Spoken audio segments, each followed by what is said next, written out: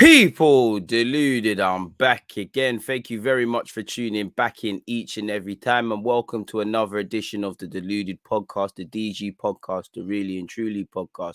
One love to everyone watching this on app, well, listening better yet on Apple and Spotify, because you lot are the early birds, you get the content first, and you lot have been the loyal, specific DG podcast supporters. So one love to everybody that's tuned in general on this Tuesday, on Tuesdays and Fridays in relation to my podcast. Obviously, welcome to the YouTube crew as well. I know you lot are late, but better late than never. And I can't win with you lot, man. There's some of you, when it comes to podcasts, you're not fussed in it. Like any content, as long as it, you like DG, you're there in it. Then obviously you got the picky sort of supporters, and then you got you lot that say, "Oh, DG, I like the podcast, but sometimes I like just audio. Sometimes I like to follow on screen," and I get it, because when I watch podcasts, I can do what I'm doing, and I don't necessarily have to look. But every now and again, I want to see the set and all of those things there. So I thought, you know what? Let me give people what they want in it. And I know I've been encountering some technical difficulties. For background knowledge, people, I actually had to start again because it froze when I showed the Kylian Mbappe stuff. But obviously, it's a bit of a mazza with the transfer market closing. You've got a current goal and a future goal, if he isn't one already, because he's for me, in Kylian Mbappe and Cristiano Ronaldo moving clubs. Obviously, you would have thought, and Messi still is the biggest move of this market, but it's crazy. And there's still probably other madnesses going on. Obviously, you've had the Champions League draw, and as you can see, I'm in this competition, boy, people. As you know, I got my PhD drip on, but yeah, man, Champions League draw, it will be Ronaldo, assuming he goes to City, and obviously versus Lionel Messi in that group, and we'll talk about all of that.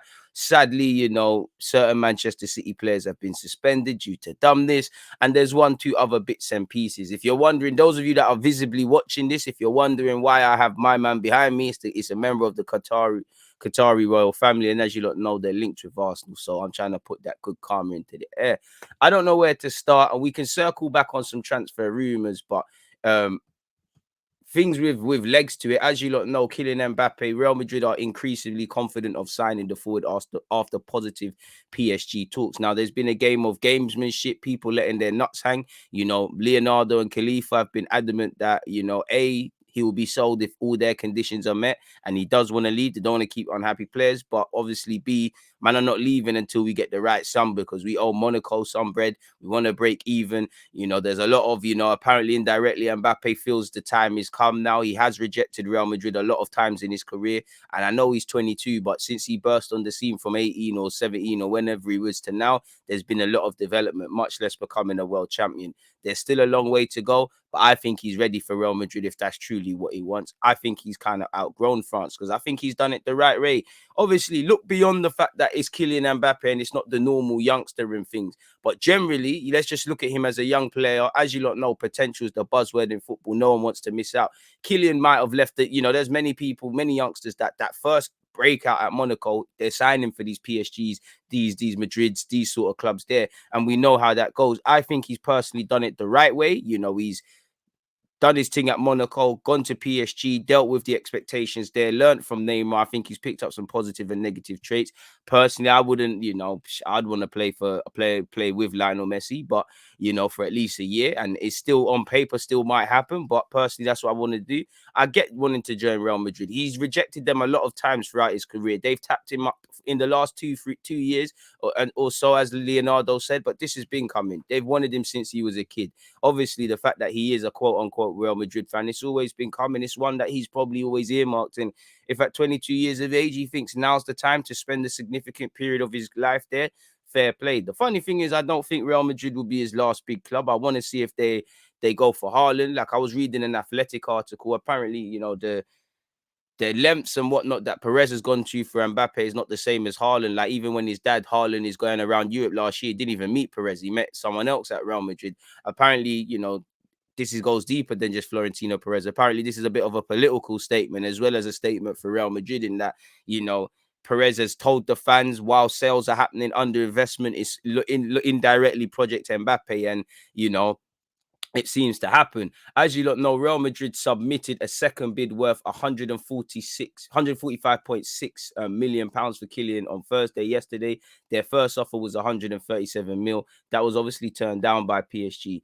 Mbappe has less than a year on his contract and told them he has no chance of renewal. So there is the sense of, Real Madrid might quote unquote aggressively try for him and he might not leave, and they can say, look, we tried for you. Let's sit down. Let's agree stuff indirectly. January and whatever will stay in due course. The fact that PSG are negotiating shows where the power is shifting to, because PSG are slowly unwinding. Maybe they're not happy with the way that Kylian went about this and whatnot and the timing, but it is what it is. And apparently they're eyeing up Richarlison as a replacement. I'm not sure that's a suitable one, but fair play. Juventus are apparently looking at Moise Kean as well, and they've been linked with Lacazette and Aubameyang. We know that one there is not true. We all know, and I mean PSG, if they're honest with themselves, they knew that, while I believe Mbappe is a Parisian and there was obviously that attraction to, go from a young boy to a grown man sort of thing, dare win the title and whatnot. He's Real Madrid, that's what he's done. And for me, he's turned them down enough times, and they will come calling again at 22. He's still young, he doesn't have to do it now, but I feel the time's coming. I really want to see Messi, Neymar, and Mbappe, but I don't think it's going to be the case, people. So it is what it is. It looks like Kylian is moving forward. El Khilafi, forgive me for mispronunciation, the PSG president said yesterday, we've always been very clear the situation, the position of the club. We're not going to repeat it every time. Our position, it has not changed.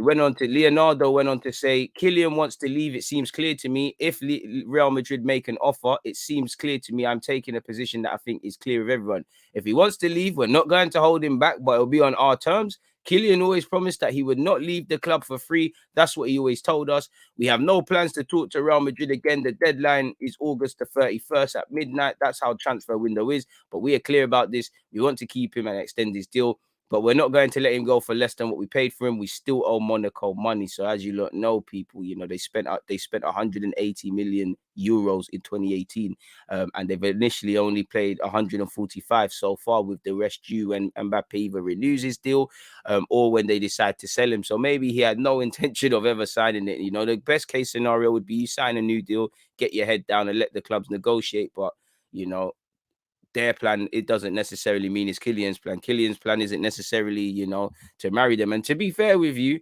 I'm not sure. Again, I would have stayed, but how long is the PSG cycle? I know they've got Donnarumma, Hakimi. If they had, Mbappe's still there playing. In theory, they are players to build for the future. And, PSG got money, they'll find some. But a lot of it's the present. Suddenly, you fast forward 2 years or so, Neymar's not getting any younger. Messi definitely ain't getting any younger. Ronaldo's not getting any younger.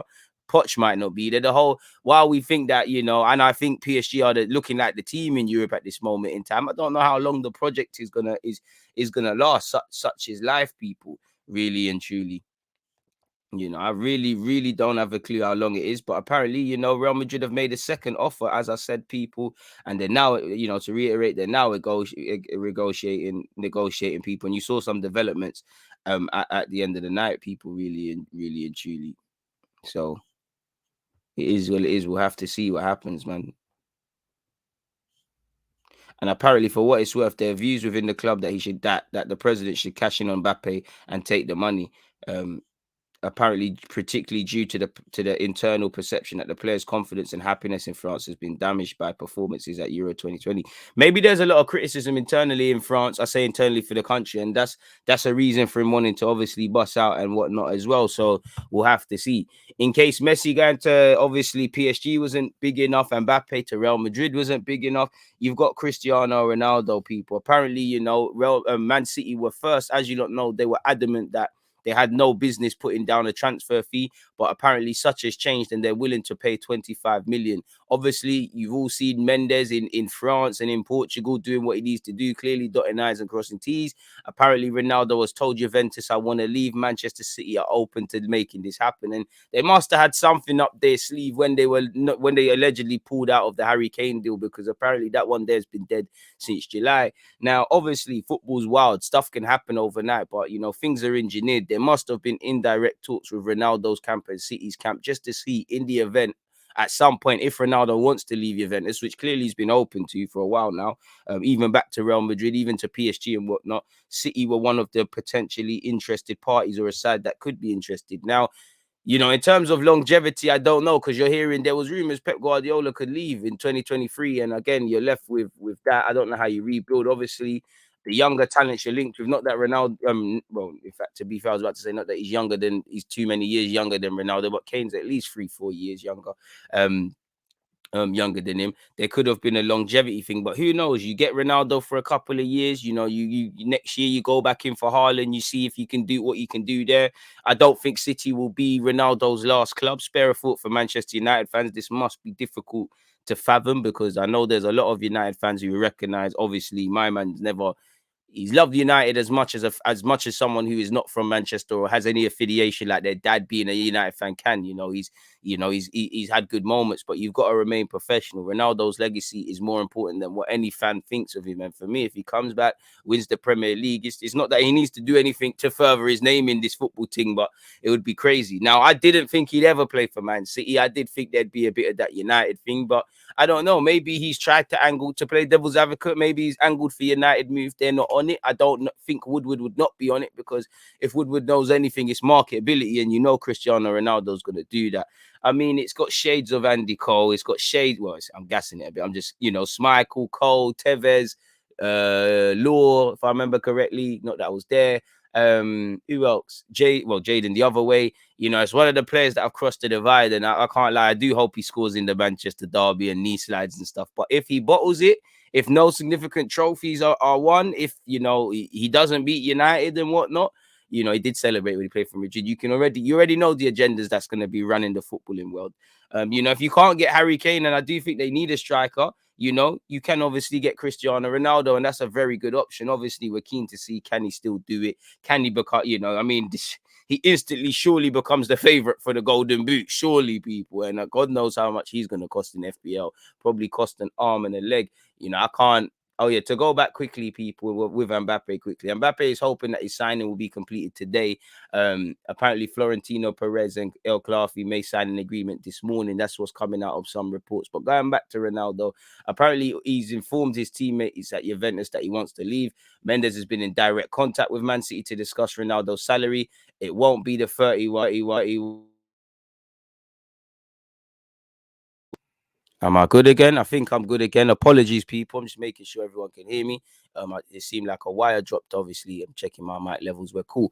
But apparently, it won't be the 31 million euro net salary as his current one. So is he actually taking a wage reduction at Man City? Now, there's ways to get around it. You might take less wages, but we'll give you a fat signing on bonus. We'll dot I's and cross T's and move some money around. You'll get the same piece, but it might not look like on paper that you're getting the same piece. Football's a funny game like that.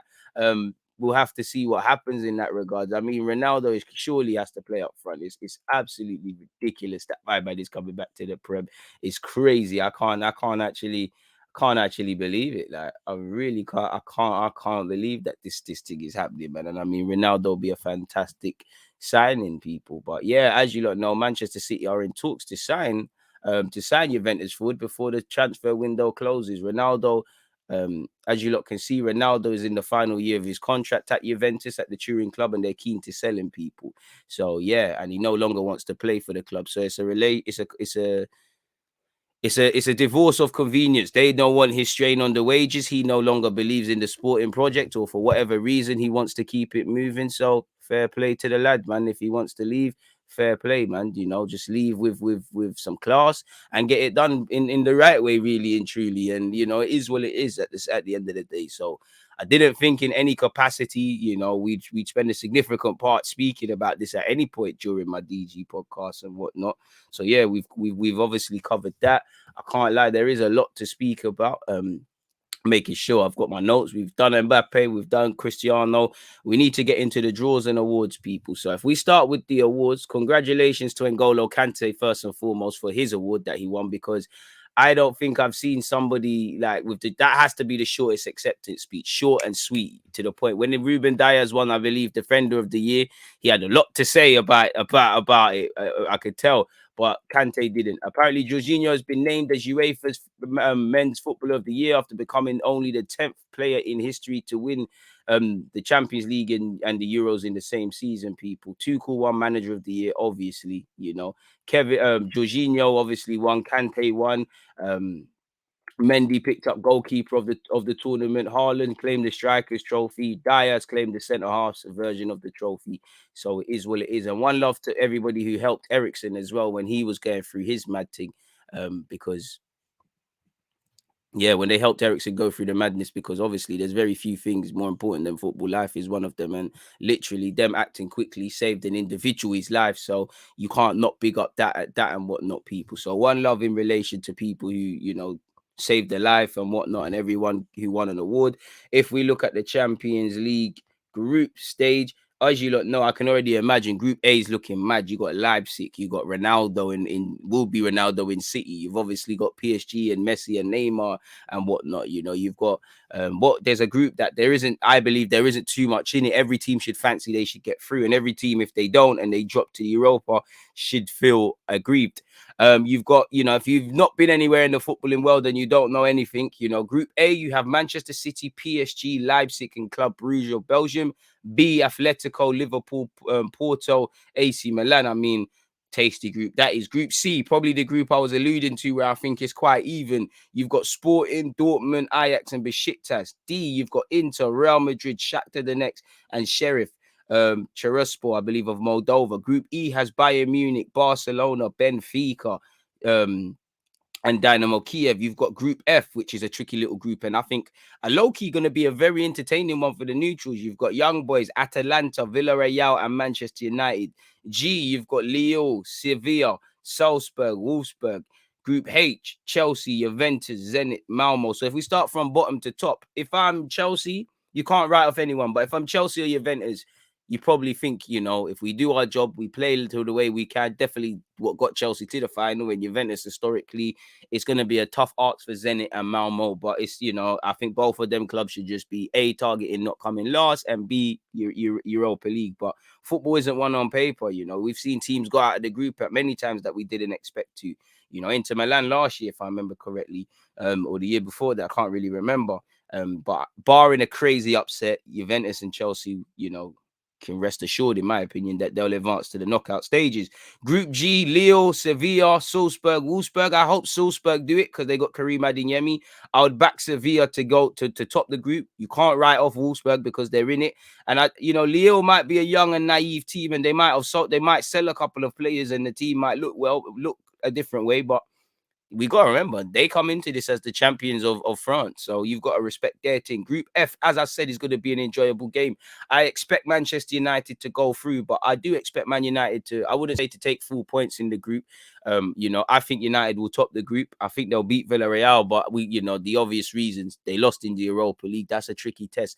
I think United will do both games against Atalanta and Villarreal at home, but the away trick, that's a tricky test to Italy, and if man remember Champions League for the last 2 years, Atlanta have been getting to the latter stages and they play good football. If you go on the names, obviously Man United, Atalanta, you go around and ask many casual sports fans which club do they know more than the other, they're gonna say, Man United, but football's not one like that. As Atalanta play good football, and Man United bought a player in Diallo from them, if I can remember correctly. So they should know exactly what Atalanta are about. So that's going to be a good test. They should know what Villarreal's about and how they thrive on the underdog sort of stuff. Such is life. These teams could be in a bad sort of way. New managers, such is life. But, I expect United to go through. But I wouldn't say twists and turns, because I still think they're going through with relative ease, but I do think they might catch a L away at Atalanta or against Villarreal. Saying that such is life, they'll probably get 6 points of both teams and beat Young Boys, and Young Boys with it all to do.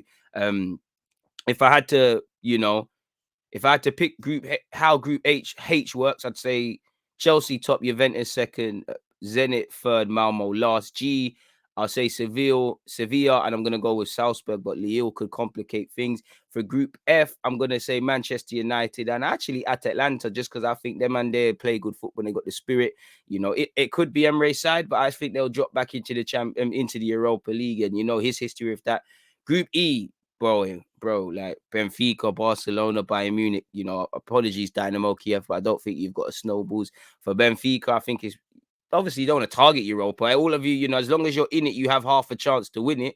But I just think Barcelona and Bayern will do this. Saying that, it's, Barcelona still have some quality players. There is no Lionel Messi, and they're not the Barcelona of old. Looking away from that, though, and, Real Madrid are not the Real Madrid of old in terms of the team. And, they've got Carlo, who's skilled in working with less, but they've lost the leaders in Ramos, and they've lost a leader in Ramos, and obviously, what's his face, Varane. The team isn't playing the best. They got a very young squad, and to be fair with you, if they get Mbappe, it boosts their chances. In the long term, if Real Madrid could somehow grow Mbappe, Vinicius, Rodrigo, and these guys to a certain level, they could have a good squad. But I'd back Inter Milan, saying that Inter Milan have underperformed in Europe the last couple of seasons. So I would say Inter and Real Madrid go through. You can't underestimate Shakhtar Donetsk, especially away. And Real Madrid know that, wasn't it, last year that they had a good game against them in the group. Again, I can't remember, such is life. But I would say Inter and Real Madrid go through, Shakhtar to the Europa League. And for me, there's the potential of Villarreal, Benfica, Shakhtar Donetsk, potentially Zenit or Malmo, all dropping into the Europa League. Europa could be tasty this year. Arsenal not in it, so we're not relevant. Group C, one for the hipsters. You've got Sporting, Dortmund, Ajax, and Besiktas. I think that group is, that's one where I'm looking at with keen interest, because I think everybody can go through in that group. Obviously, what happens in real life is a completely different thing, but I think, if I'm a Besiktas fan, I reckon I can beat any team in Turkey at home. Ajax, with the footballing god sort of thing. Dortmund, they've got Haaland, Sporting Lisbon, again, relish it. I think that's going to be a good little group. And then I think everyone will drop points. I think that's it. Like I said, I think that's a good little group. If I had to pick who goes through, I'm going to go with Dortmund, because I think they've got it in them. And I'd have to, I always look at it, if I'm betting money, I'd say Dortmund and Ajax, but something tells me Sporting might complicate matters. And I think Besiktas have it all to do, but you can never write off anyone. Group B, Liverpool, AC Milan is the biggest. Well, for me, it's not the biggest fixture in the group, but it's the biggest fixture. We all know the connotations. If you're an AC Milan fan, and if you're a Liverpool fan, if you don't kind of think of AC Milan, and certain memories don't come about, I'm not a fan of either club, but I have to question where are you, where you've been about, and if you really know your thing. But that's a tasty group. We all know Liverpool Atletico's a political one. Remember a couple of years ago, Morata and Co at Anfield and whatnot. Porto, you can't sleep on them. You can't rest on your past laurels. And I think, forgive me if I'm wrong, as that gaffer left, I swear that Porto gaffer's left. I could be wrong. I could be capping to you lot and telling you lot lies. But I'm sure the Porto manager who helped dump out Juventus has left them, but I could be wrong. But either way, if you can't go off past glory, but Porto have shown there's someone not to be effed with if you give them a chance. So you've got AC Milan, who I'm hoping Benassia does his thing. You've got Porto, you've got Liverpool, you've got Atletico. Now, I expect Liverpool to top the group and Atletico second, but I don't know for Liverpool. Liverpool sometimes in the groups they've obviously shown they can win the trophy, but in the groups sometimes I think they do some beaky things. So I would say, if I had to bet, I'd say Liverpool, Atletico. I'd actually back Porto to get Europa League over AC Milan, even though I was gonna go the other way around. Group A is probably the one that's drawn the most interest, and probably, well, how can you have the potential of Inter, Real Madrid, Bayern Munich, Barcelona. For me, Atalanta playing anyways, Chelsea, Juventus. How can I really say, Liverpool, Atletico, if I haven't said that either, Dortmund, Ajax? How can I really sit here and say Group A is probably where the most eyes are drawn and where the biggest games, because it is times two, in a trip to Paris and England could be. You've got PSG versus Manchester City, Cristiano Ronaldo versus Lionel Messi. I know neither player is at Real Madrid or Barcelona, and both teams are in the competition, such is life. Obviously, that's going to decide who wins the group, in it. Like, it's going to be crazy. I'm going to be doing my watch-alongs for them games there. As I said, Messi versus Ronaldo. Can Man City go one better than last year with Ronaldo? Can PSG go one better than the year before with selling Mbappe or getting rid of him or whatever, if it does happen? And then obviously going through with Messi, and a brain thing just came. Could it be more worth? And I'd love for you lot to comment on YouTube as well. Could it be more worth? I don't know how this makes sense, but I know Mbappe could leave for free, and they spent mad peas on him. And if I'm Monaco, I'm pissed off as well, because there's a sell-on clause due to me if he leaves for free. Could it be worth, in theory, if I'm keeping him? Clearly, Messi and Neymar could probably do it too, man up. But Messi, Neymar, I was about to say Suarez, but Mbappe gives you even stronger hope on top of all the other quality they've got. Verratti, Hakimi, Donnarumma, Ramos there, all of these things now, you know. Could it be more worth to them if Mbappe was to stay, obviously, help them with the Champions League and ultimately, in theory, win the Champions League and say, you know what, leave for free. That's the mandate. It's a means to an end. From a business proposition, obviously, we don't want anyone to leave for free, but the goal of this club was to win the Champions League. I very much doubt it was just to win the France League week in, week out, even though they need to reclaim that. Could that be more of value to them? Because what could you say? That's a means to an end. From a business point of view, it's a shambles. From a footballing reason, it's a means to an end. Obviously, you could say, do you know what? Sign a new deal. Give us your old man Mbappe for this year. Regardless, you can F off to Real Madrid, bro. You're 22. You're gonna be 23. If he turns 23 tomorrow, he might be 24 them times, but he's still gonna be a baby in football in terms. We ain't seen the real Kylian Mbappe yet. We ain't seen Mbappe when he has to be judged to the standards that Messi and Ronaldo and it's getting there. Man, are onto him over a shameful Euros, which quietly, rightly so. There's a lot of criticisms, and maybe there's a lot internally in France. You know, he's gone from being that lovable wonder kid. Now people are looking at him in a different light.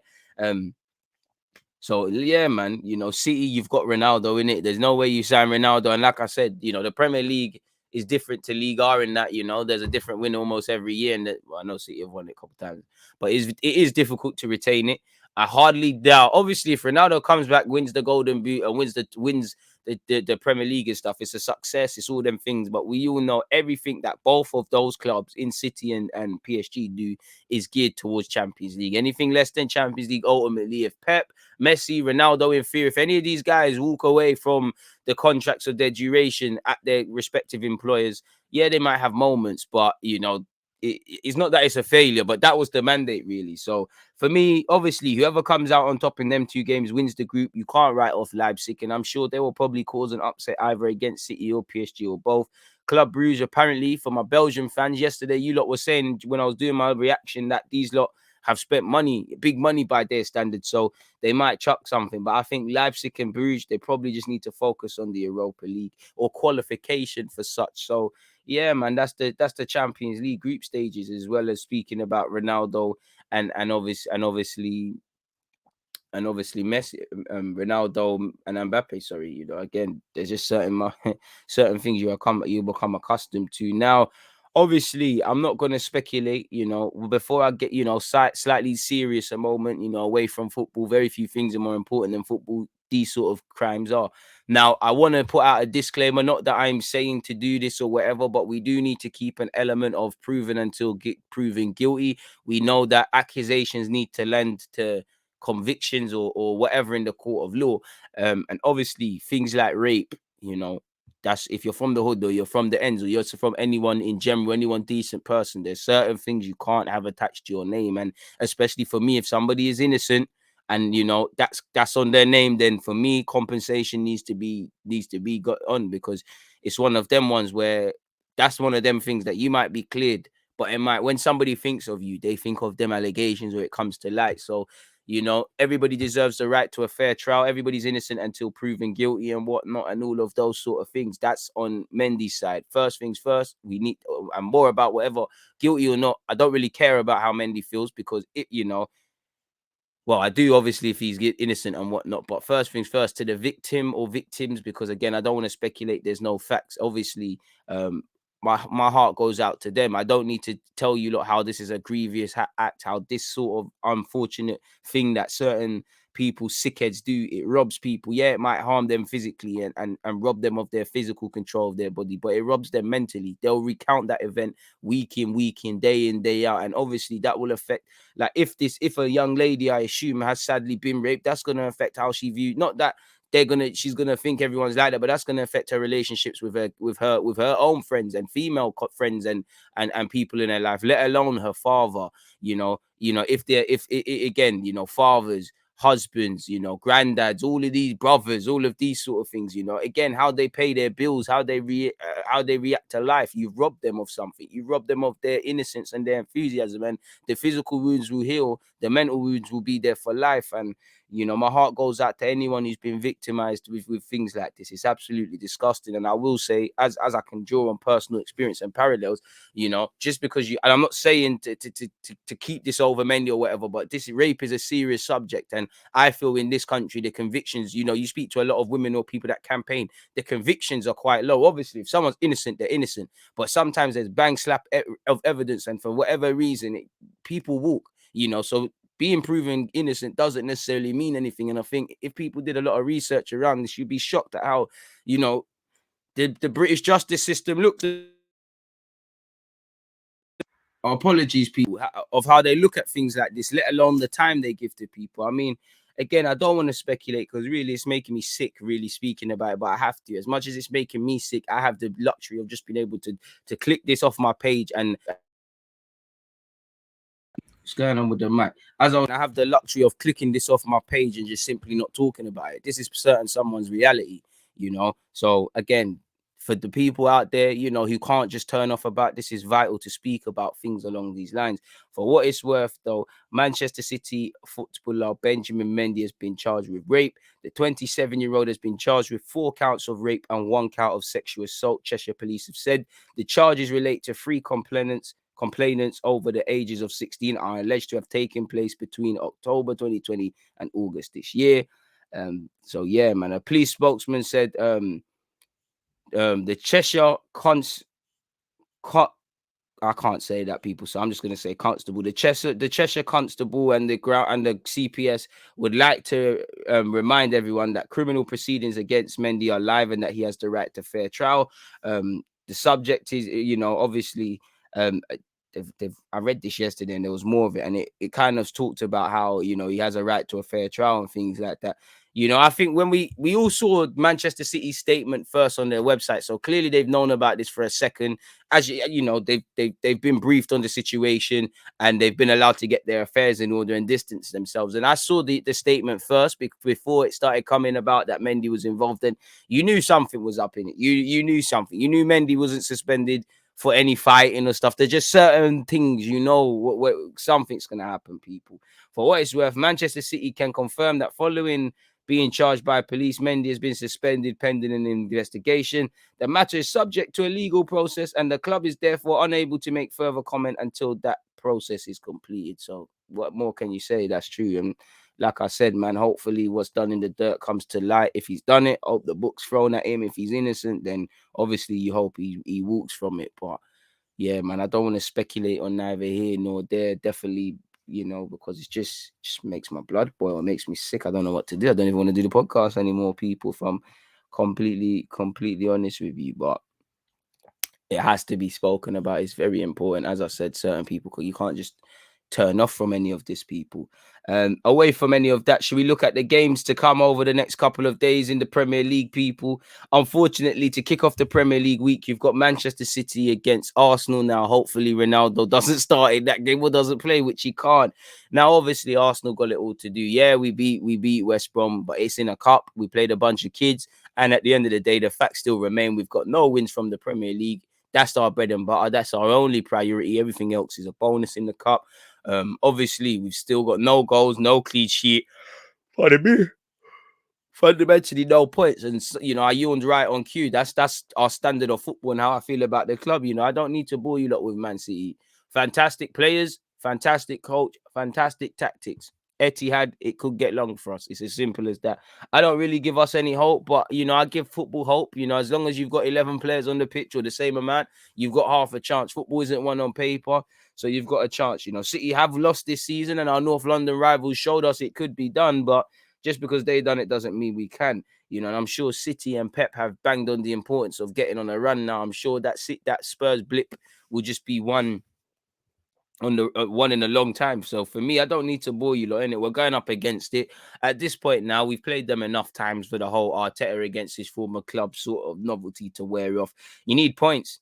You know, it doesn't matter what you did against West Brom and whatnot, but you know, there'll be a lot of pressure. You know, there'll be a lot of pressure on Arteta, and really, there's nothing to say about Arsenal and City. Really, like, what can I tell you, lot?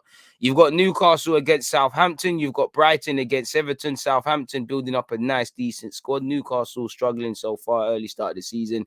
Brighton Everton should be a good one. You know, Brighton have 2 wins from 2. To be fair, Rafa Benitez's men have also started well, so that should be a good one. West Ham are doing well. You've got Antonio, who's just broken his records. Crystal Palace with it all to do, people. What have they got? I swear Palace have 1 point from their 2 games so far. They got battered against Chelsea, fair play.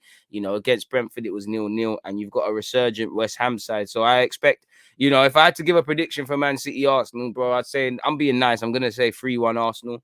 I think we might show up a bit more than we thought. But I'd say 3-4-5-1 City. Sorry if I said Arsenal at first. Let's say 4-1 City. Newcastle, Southampton. I'd say Newcastle 2.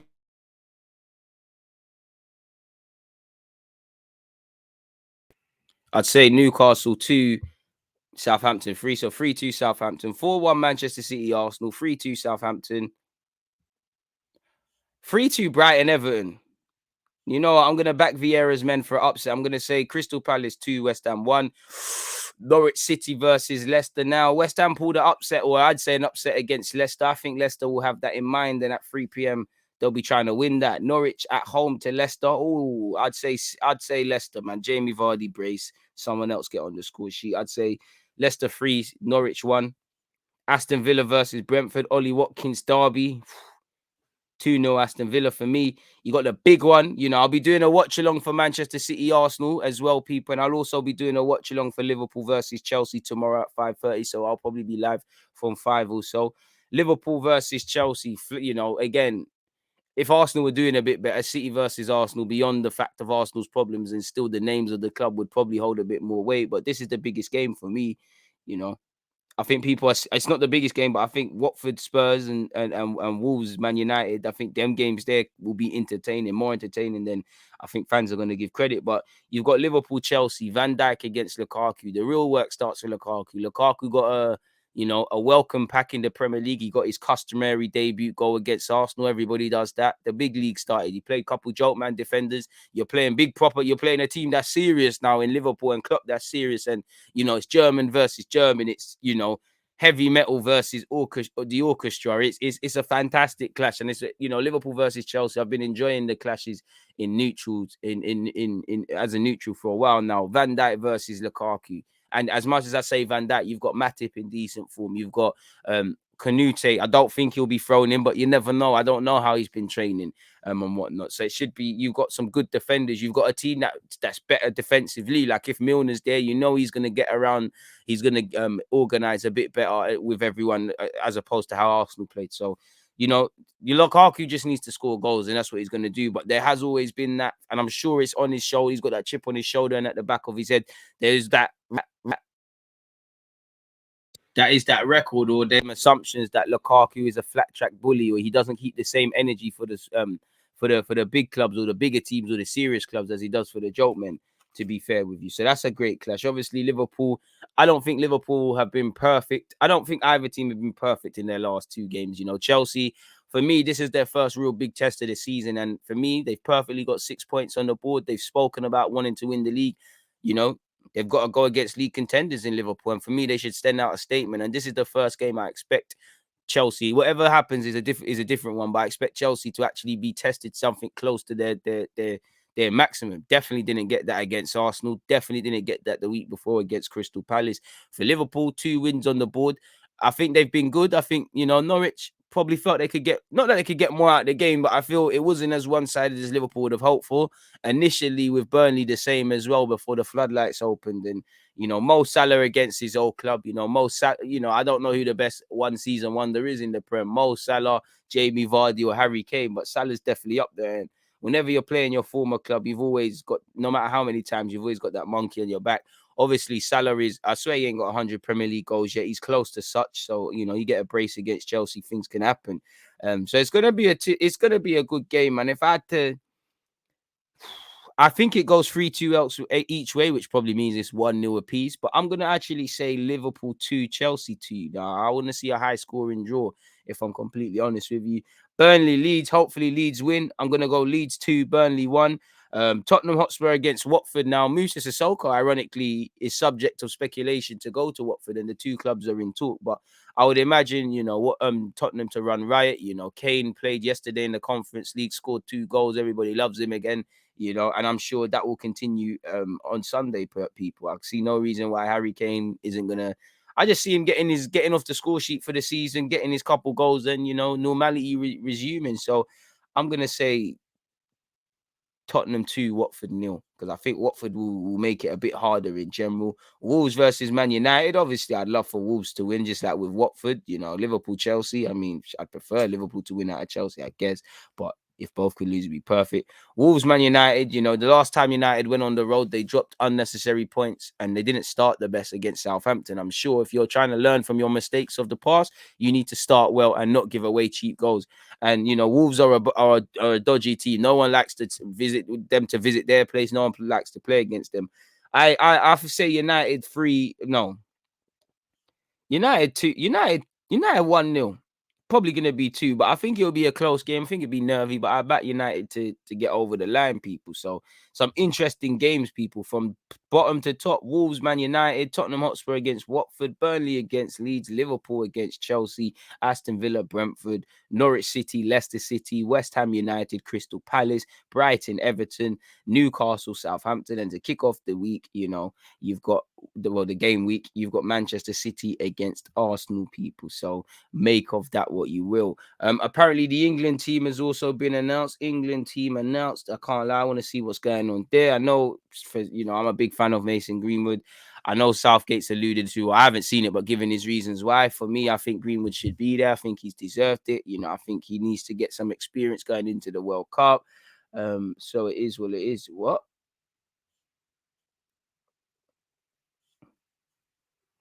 What's all this?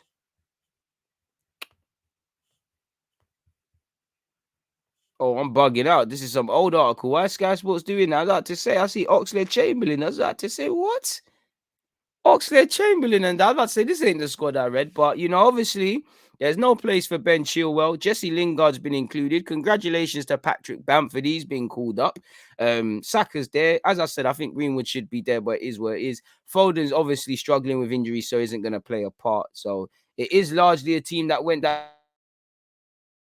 But it's not fully a team that went to Euros. There's no Ben White or Ramsdale where Arsenal recruits are concerned. Bamford is the only uncapped player brought into the team, people. Southgate said there was an opportunity for us in forward areas, and now is the opportunity for Patrick. His progress with Leeds has been excellent. He was very close at the end of last season. We worked with him at under 21 level, so we know him anyways, and it's a special moment for his family. In relation to Bamford, congratulations to Trent, who's back and got shagged from the Euros with an injury. Harvey Barnes has missed out as well, people. Southgate said Mason is in our thoughts. We're all aligned. Mason, the club, his family, and us. The best thing for him after these first few starts is to stay with the club. It's clear on his performances he'd warrant being in the squad. So what is there something going on that we don't know with Greenwood? Because for me, he seems in a good headspace. He's playing well. Why can't he be called up? I don't get it. Like, I don't get why he needs to stay with the club. He's not like he hasn't been called up before. Obviously, if there's something to do with injury and his fatigue and his body, because I know a lot of that was said as to why he didn't go to the Euros, and I think that was just said to say face the man wasn't getting called up. Let's say he was injured. There's an injury. I think that's a shame, really. Rashford's not going to play a part. Obviously, he's just come off the surgery table, really and truly. So we'll have to see, people. We'll have to see. Let me see the actual. Where's the actual squad, man? Sorry, folks, because I saw it. I saw it yesterday. I know Grealish is there. I mean, you see, Grealish is one of the last names to see. So it is quite scary in that regards, really. Sorry, people. I need to find this. I've started. We're too far to turn back. I found it. You've got Sam in goal. You've got Sam Johnson, Jordan Pickford, Nick Pope.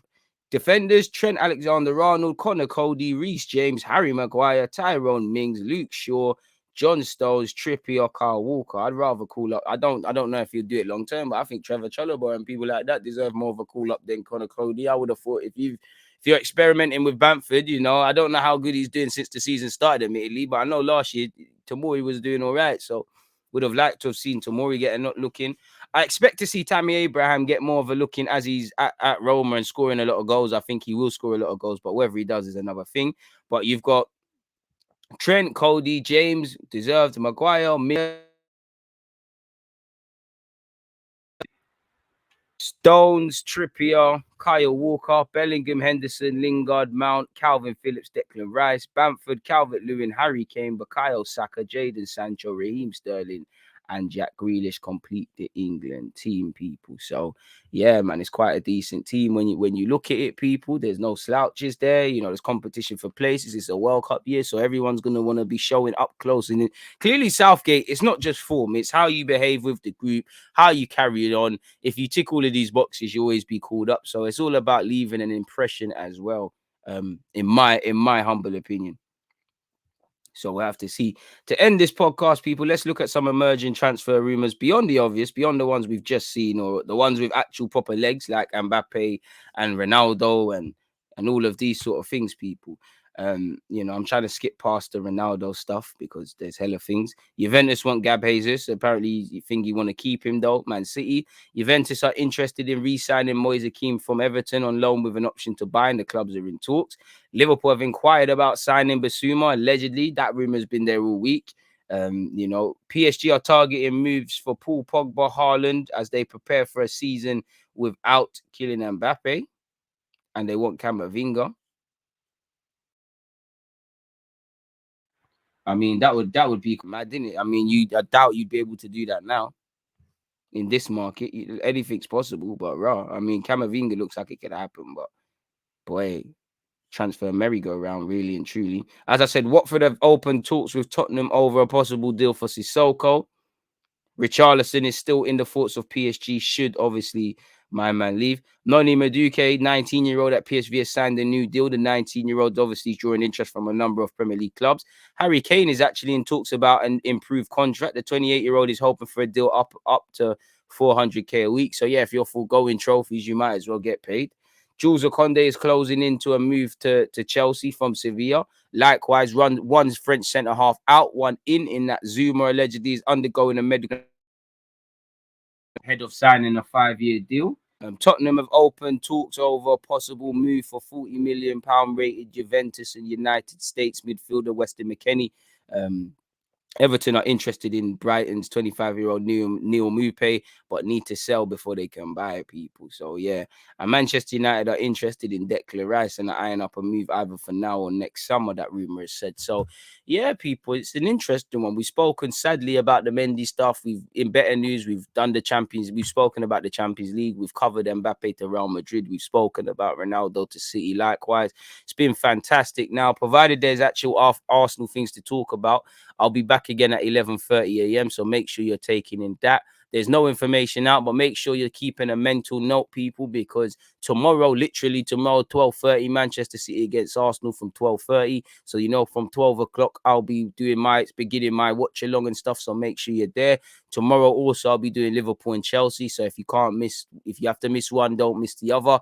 I'm eyeing Sunday. That will be over on Twitch. So make sure you subscribe to my Twitch, with it potentially being Messi's PSG debut tomorrow at 7:45. It's only right that we do something centered around that. So yeah, the content never stops. And I believe at 6 p.m. today, which if you don't know what I'm talking about, today is Friday, I will have Mo on my channel as well, YouTube. So we'll preview the City game, we'll speak about it and see all of those sort of things. But for now, I hope you've all had a good week, people. It's Friday. I hope you all look back. Obviously, sorry, people. It's mad early, but I hope you all look back with a sense of pride. You've all moved that bit closer to your goals, hopes, dreams, and aspirations, and all of those sort of things. And yeah, I hope you all relish in a weekend. You know, it's bank holiday in the UK, so a long weekend, an overdue one for some of you. One love to everyone. If you're on YouTube, make sure you're commenting, you're subscribing, you're hitting that like button, and you're setting your reminders. Big up to my people, them on Spotify and them things there, and Apple Music. Make sure you're following across that. Make sure you're following me on Twitch, Instagram, all of those things. Deluded, Gooner, more time, or just check my description for more news. And on that note, I'm off to carry on grinding. There's always that active red light, defenders. I think it's like